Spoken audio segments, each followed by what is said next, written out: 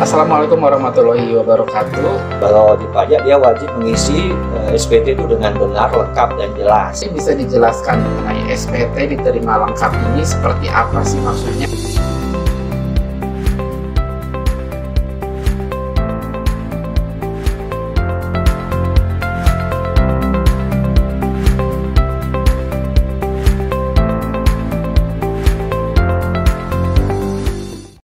Assalamualaikum warahmatullahi wabarakatuh. Berjumpa kembali di podcast series KPP Pratama Bandung Cibenying Sinclair Siniar Cibenying Text Learning on Air.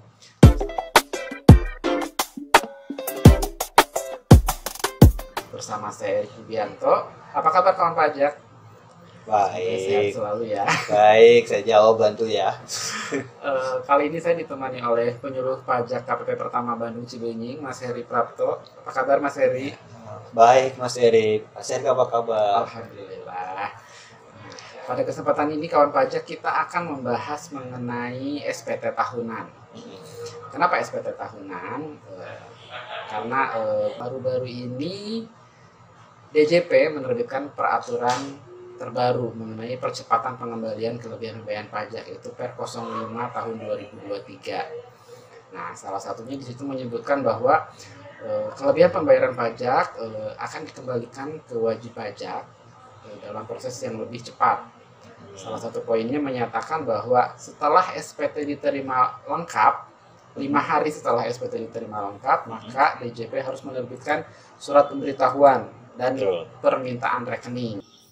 Jadi berdasarkan peraturan ini, apabila hasil penelitian terdapat kelebihan pembayaran pajak, kami petugas Direktorat Jenderal Pajak akan mengirimkan surat pemberitahuan diberikan percepatan pengembalian kelebihan pembayaran pajak dan permintaan rekening dalam negeri kepada wajib pajak maksimal 5 hari kerja setelah SPT diterima lengkap. Nah, di sini ada kata-kata SPT diterima lengkap. Nah, mungkin Mas Heri bisa dijelaskan mengenai SPT diterima lengkap ini seperti apa sih maksudnya, atau mungkin gambaran dari SPT terlebih dahulu. Sebetulnya SPT itu seperti apa? SPT itu apa sih dan kenapa harus lengkap? Oke. Kenapa wajib pajak itu harus menyampaikan SPT dengan lengkap? Nah, ini ada di pasal 3 ayat 1 Undang-Undang KUP. Jadi setiap wajib pajak itu dia diwajibkan untuk mengisi SPT dengan benar, lengkap, dan jelas ya. Terus dia harus menggunakan bahasa Indonesia dengan menggunakan huruf Latin ya. Huruf Latin yang kita tahu abjad A, B, C, D sampai Z. Terus dia menggunakan angka Arab yang kita tahu 0 sampai dengan 9 ya. 0, 1, 2, 3, 4, 5, 6, 7, 8, 9. Terus dia wajib juga menggunakan satuan mata uang rupiah ya, karena kita Indonesia menggunakannya mata uang rupiah, dan wajib juga ditandatangani serta disampaikan ke kantor Direktorat Jenderal Pajak tempat wajib pajak tersebut terdaftar. Nah, di situ kan tadi ada 3 azas bahwa wajib pajak dia wajib mengisi SPT itu dengan benar, lengkap, dan jelas ya. Nah, yang dimaksud benar di sini adalah benar dalam sisi perhitungannya ya, termasuk dia juga benar dalam menggunakan ketentuan peraturan perundang-undangan perpajakan dalam penulisan dan sesuai dengan keadaan yang sebenarnya gitu ya. Nah, selanjutnya terkait lengkap itu dia harus memuat unsur-unsur yang berkaitan dengan objek pajak dan unsur-unsur lain yang harus dilaporkan dalam SPT itu. Dia nggak bisa, misalnya ada satu unsur, misalnya unsur, ambil contoh, misalnya dia wajib mengisi penghasilan netonya misalnya. Kalau ternyata di bukti potongnya ada penghasilan neto, maka kita wajib memasukkannya di SPP induk kita. Nah, itu syarat kelengkapan SPT ya. Nah, yang ketiga yaitu terkait jelas ya. Tadi kan benar, lengkap, jelas ya. Jadi jelas adalah melaporkan asal-usul atau sumber dari objek pajak dan unsur-unsur lain yang dilaporkan dalam SPT itu. Disampaikan juga asal-usulnya. Kenapa angka ini bisa muncul? Oh, ini bersumber dari bukti potong pasal 21 misalnya. Jadi kita ada tuh, berarti bukti potongnya juga wajib juga dilampirkan di sana. Seperti itu Mas Erik. Kenapa kita wajib lapor dengan benar, lengkap dan jelas gitu ya. Baik, kawan pajak, berarti ada 3 ya yang harus diperhatikan: benar, lengkap, dan jelas. Kembali ke tadi yang disampaikan di Per 05 tadi, bahwa akan diproses setelah SPT diterima lengkap. Mungkin kita akan lebih menitik beratkan ke lengkap ini, Mas. Iya, baik. Untuk SPT ini dianggap lengkap, apa saja yang harus disampaikan atau harus dilampirkan oleh wajib pajak supaya si SPT ini dianggap sebagai SPT yang lengkap? Oke, beberapa hal ya, berdasarkan aturan yang saya ketahui ya. Ini ada aturan, mungkin bisa dicek di Per 2 tahun 2019 ya kalau nggak salah. Ya, Per 2 Peraturan Dirjen Pajak tahun 2019 ya. Peraturan Dirjen Pajak tahun 2019 ya.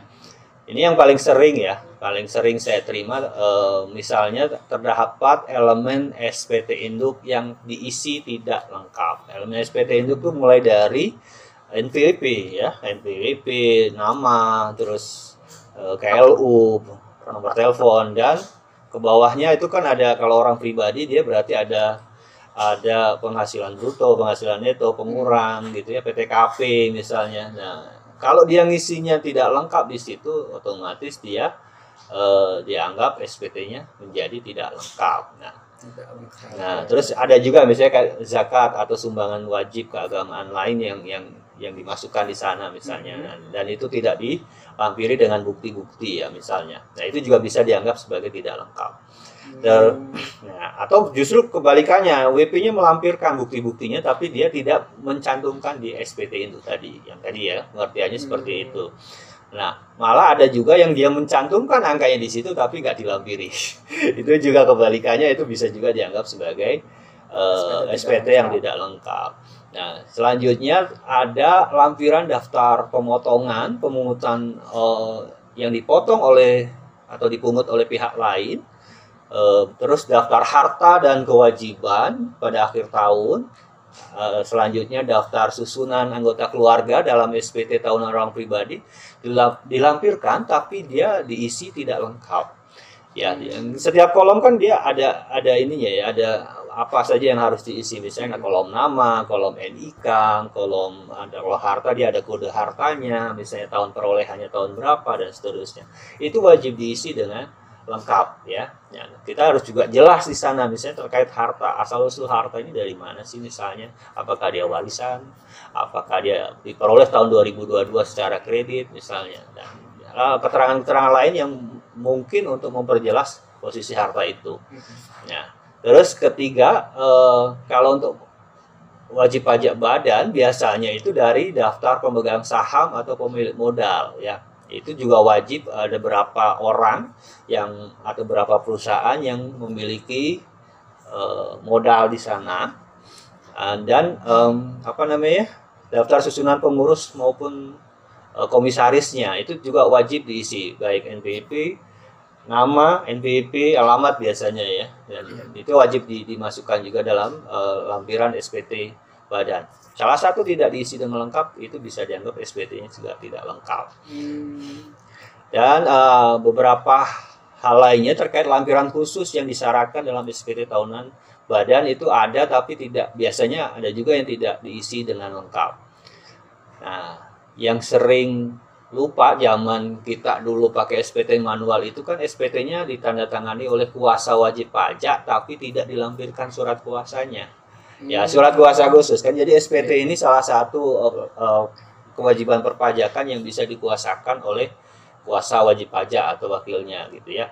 Nah, kalau dia mendapatkan kuasa untuk mengisi dan menandatangani SPT itu, maka kuasa tadi itu harus melampirkan surat kuasa khusus ya.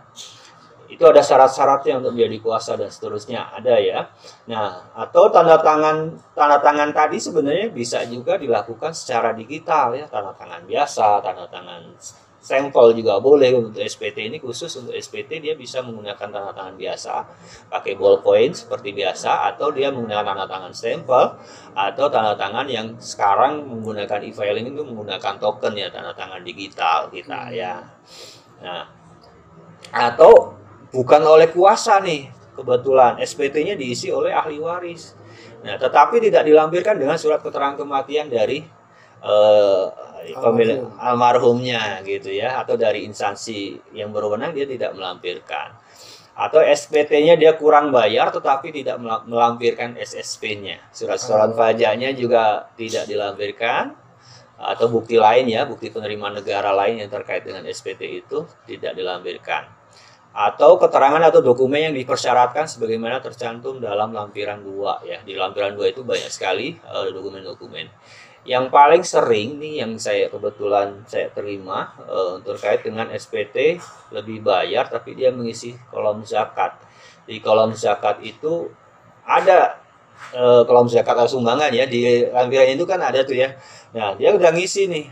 Ternyata dia tidak melampirkan. Jadi kami tidak bisa mengetahui apakah pembayaran zakat tadi itu disalurkan atau disetorkan melalui lembaga zakat yang memang ditunjuk oleh Menteri Keuangan gitu. Karena itu ada aturan khususnya juga gitu ya. Jadi tidak sembarangan zakat boleh dicantumkan ya Mas Heri. Jadi untuk pembayaran zakat ini hanya kepada lembaga-lembaga tertentu yang memang sudah ditunjuk oleh DJP yang boleh menjadi pengurang di SPT ini. Betul, betul.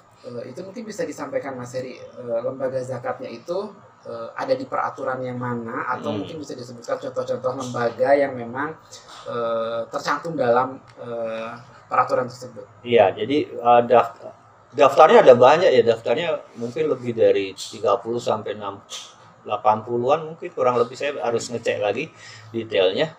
Yang jelas ada di peraturan 4 ya, peraturan nomor 4, peraturan Dirjen Pajak nomor 4 tahun 2022. Ini yang saya tahu yang terbaru itu ya. Nah, PR 4 tahun 2022. Di lampirannya itu ada banyak sekali, ada Badan Amil Zakat ya, Basnas misalnya, Badan Amil Zakat Nasional. Terus kalau dia Basnas Pusat, Basnas Provinsi, Basnas Kabupaten Kota, itu juga itu bisa. Nah, terus ada juga lembaga-lembaga yang memang dia lembaga amil zakat skala nasional ya, misalnya nggak apa-apa saya sebut ya, Yayasan Rumah Zakat ya. Contoh saja. Misalnya Yayasan Rumah Zakat Indonesia gitu ya. Yayasan IZI ya, Yayasan Inisiatif Zakat Indonesia. Banyak sekali lembaga-lembaga zakat yang memang dia memiliki memiliki SK lah ya, udah ditunjuk oleh Menteri Keuangan sebagai lembaga zakat yang bisa menjadi yang ditetapkan sebagai penerima zakat atau sumbangan keagamaan yang sifatnya wajib, yang dapat dikurangkan dari penghasilan bruto di SPT tahunan wajib pajak orang pribadi.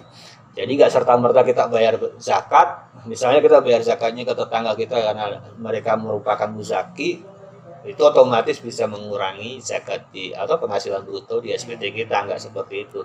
Ada lembaga-lembaga zakat tertentu yang wajib, yang harus ke situ kita bayarnya, dan bukti pembayarannya itu juga harusnya dilampirkan di SPT harusnya. Baik, Mas Heri, mohon maaf tadi Mas Heri menyebutkan beberapa lembaga zakat terutama zakat ya. Mohon maaf untuk yang beragama Islam atau Muslim. Nah, apakah untuk wajib pajak yang non Muslim ada juga lembaga yang memang bisa menjadi pengurangan penghasilan bruto tadi? Jadi misalnya wajib pajak ini non Muslim, kemudian dia ada pembayaran sumbangan keagamaan, dan itu bisa mengurangkan dari penghasilan brutonya. Ada tentu saja ada. Ini karena kebetulan zakat, karena contohnya paling banyak di zakat. Kebetulan saya juga Muslim, Mas Erik juga Muslim, jadi mayoritas penduduk Indonesia juga kan mayoritasnya memang Muslim, jadi lebih banyak ke zakat. Tapi dari agama lain pun ada, seperti lembaga penerima dan pengelola sumbangan keagamaan untuk agama Kristen, misalnya lembaga sumbangan agama Kristen Indonesia atau Lemsakti ya. Terus Yayasan Sumbangan Sosial Keagamaan Kristen Indonesia, Yayasan Kasih Persaudaraan Bangsa misalnya ya, Yayasan Kasih Philadelphia Indonesia. Nah, atau yang Katolik bisa ke Badan Amal Kasih Katolik ya, atau Bakat ya. Nah, terus untuk yang Buddha misalnya, untuk yang beragama Buddha juga bisa ke Yayasan Buddha Suci Indonesia itu ya. Terus Yayasan Dana Paramita Buddha Maitreya ya. Yayasan Dana Paramita Agama Buddha, beberapa juga adalah ada lah ya yang lain-lainnya ya tentu saja. Terus ada yang untuk Indo, Badan Dana Nasional, Yayasan Adhikara Dharma Parisad. Nah itu juga bisa kawan pajak membayarkan sumbangannya di sana supaya mendapatkan bukti sehingga bisa menjadi pengurang di penghasilan bruto di SPT tahunan kita. Gitu. Baik, jadi tidak hanya untuk kawan pajak yang beragama Islam saja, zakat ini juga bisa mengurangi penghasilan bruto kawan pajak yang non muslim. Tadi sudah disebutkan beberapa contohnya oleh Mas Heri. Baik Mas Heri, ngomong-ngomong soal SPT manual, tadi Mas Heri menyampaikan rata-rata dari kelengkapan SPT ini aturannya itu kebanyakan lebih cocok saat kita menyampaikan SPT manual. SPT manual. Sekarang kan kita pelaporan SPT sudah dilakukan secara online. Terkait tadi kelengkapan SPT Indo, mungkin itu sebetulnya sudah terakomodir di e-filing atau e-form ya, Mas Heri. Betul. Mungkin untuk e-form yang nomor telepon kali ya, itu memang harus diisi. Kemudian untuk yang lain-lainnya sebetulnya sudah bisa terakomodir di e-filing atau e-form ini. Mungkin yang belum itu terkait zakat tadi ya. Selain zakat ada lagi nggak Mas Heri yang memang harus dilampirkan selain bukti pembayaran zakat yang memang harus dilampirkan di SPT, di upload mungkin ya. Kalau sekarang itu apa Mas Heri selain bukti pembayaran zakat yang lainnya apa mungkin? Kalau dia ada kurang bayar kan seharusnya sekarang kan udah pakainya kode billing ya. Jadi kalau zaman dulu ini kesannya tua banget ya. Kalau zaman dulu karena kami mengalami zaman manual, itu kalau ada SPT kurang bayar, surat setoran pajak lembar ketiganya itu dilampirkan.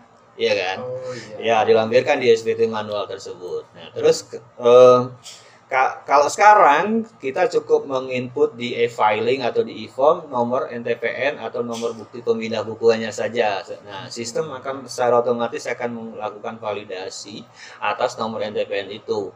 Jadi nggak perlu lagi dilampirkan khusus untuk SSP. Terus kalau ternyata SPT-nya dia lebih bayar ini kan biasanya terkait dengan bukti potong.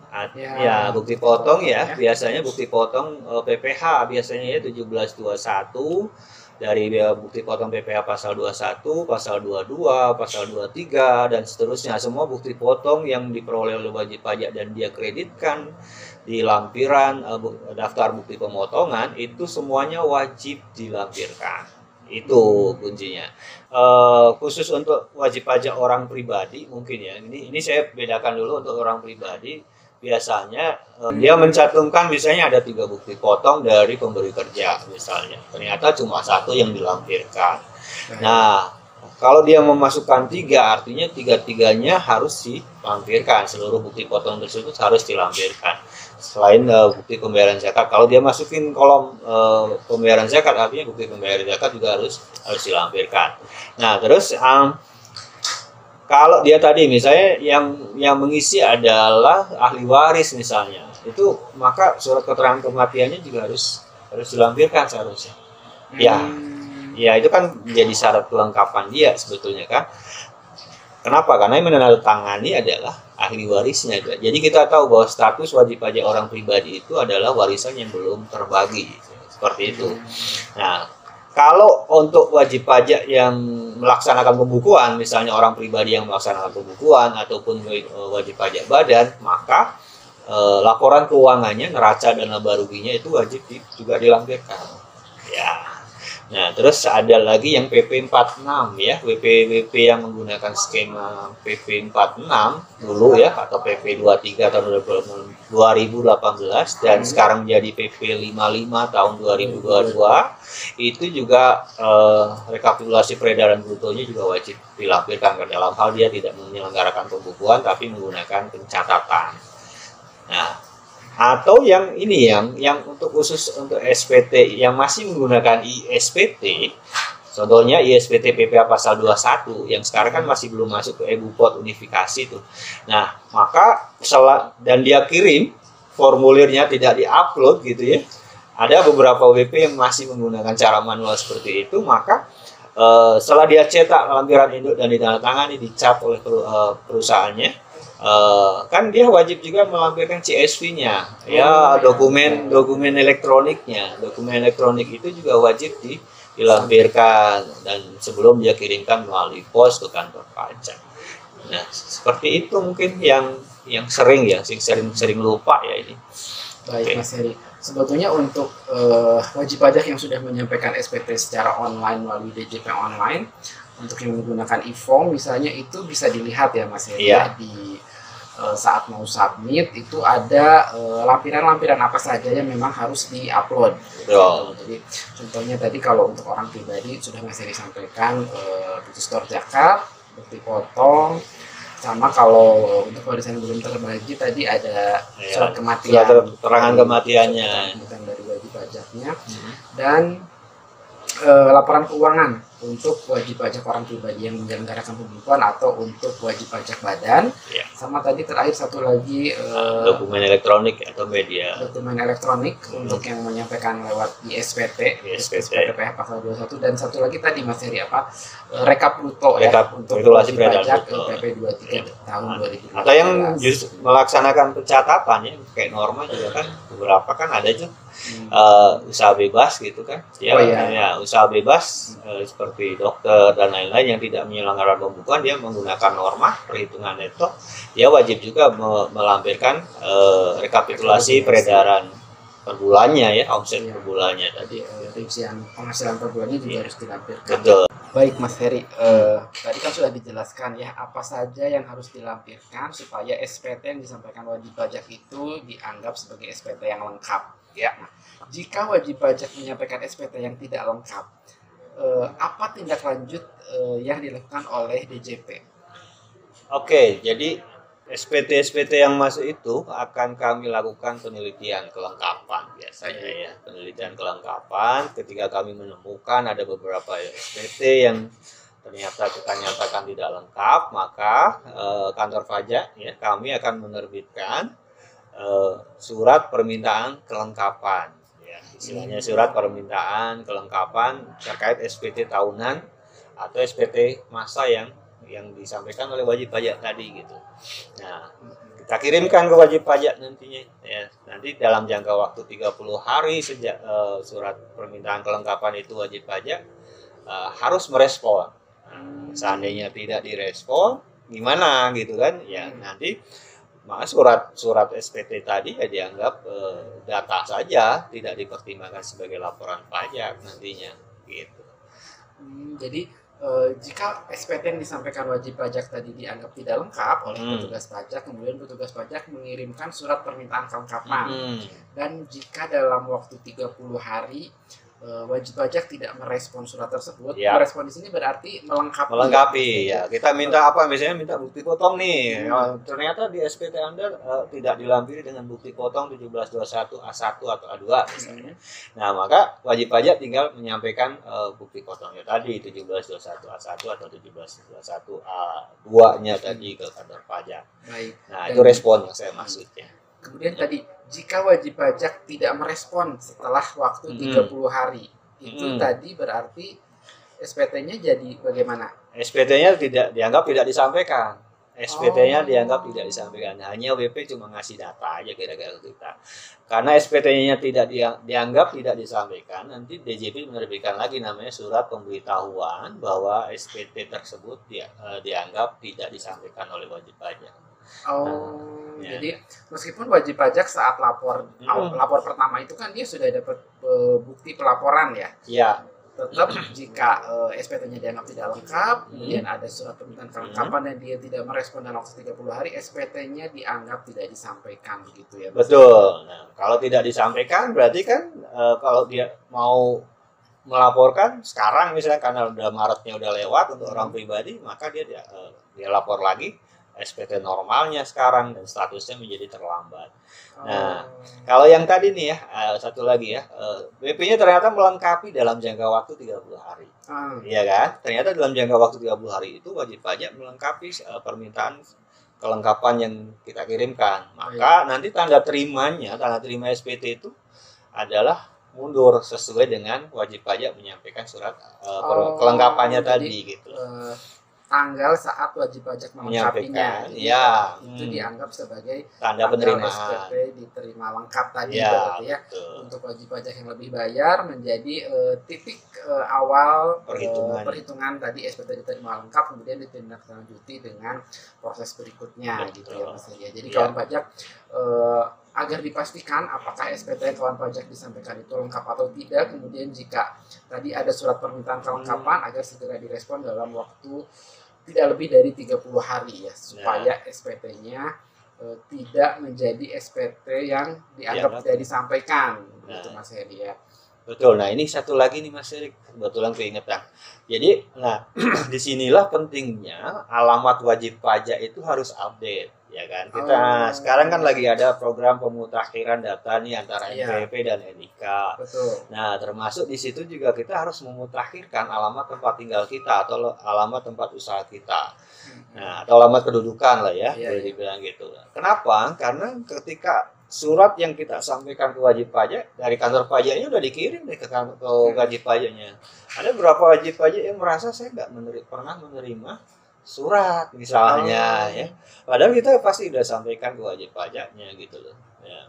Dan kenapa? Biasanya ya karena itu karena WP-nya ternyata alamatnya sudah nggak update lagi gitu loh. Makanya itu penting banget teman-teman atau kawan pajak silakan lakukan pemadanan NIK NPWP pertama ya, karena itu datanya harus valid dulu antara NIK dan NPWP.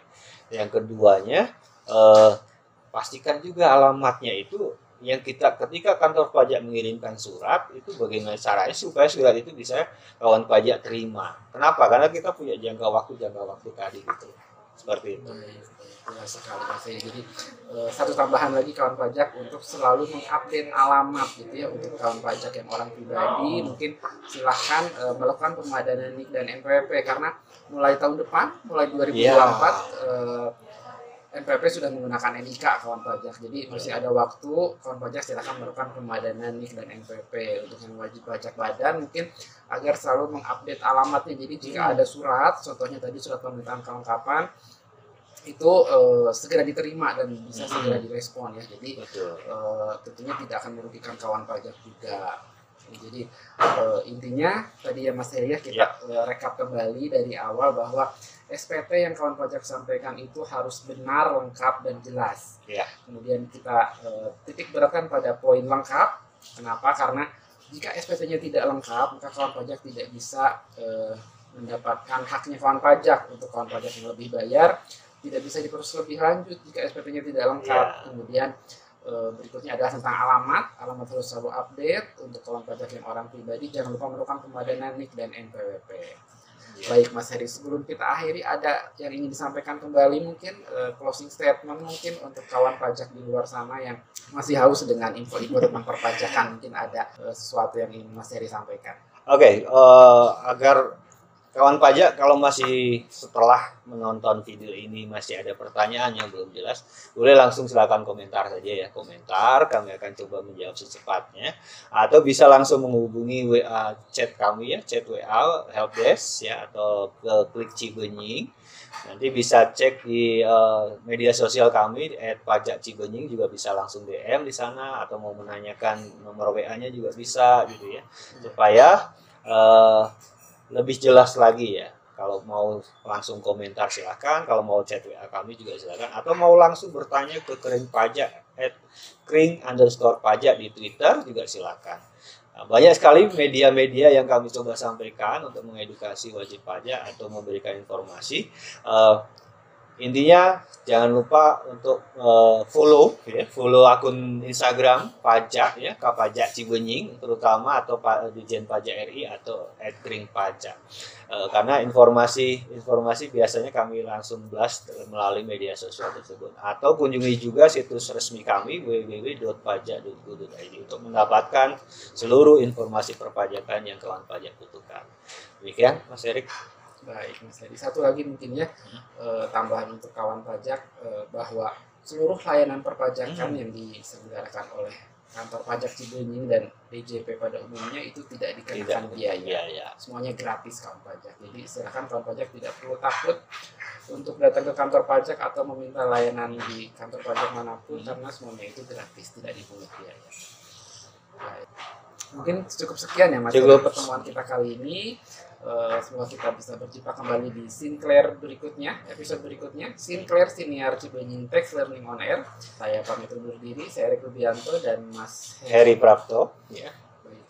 Sampai jumpa kembali di episode berikutnya. Wassalamualaikum warahmatullahi wabarakatuh.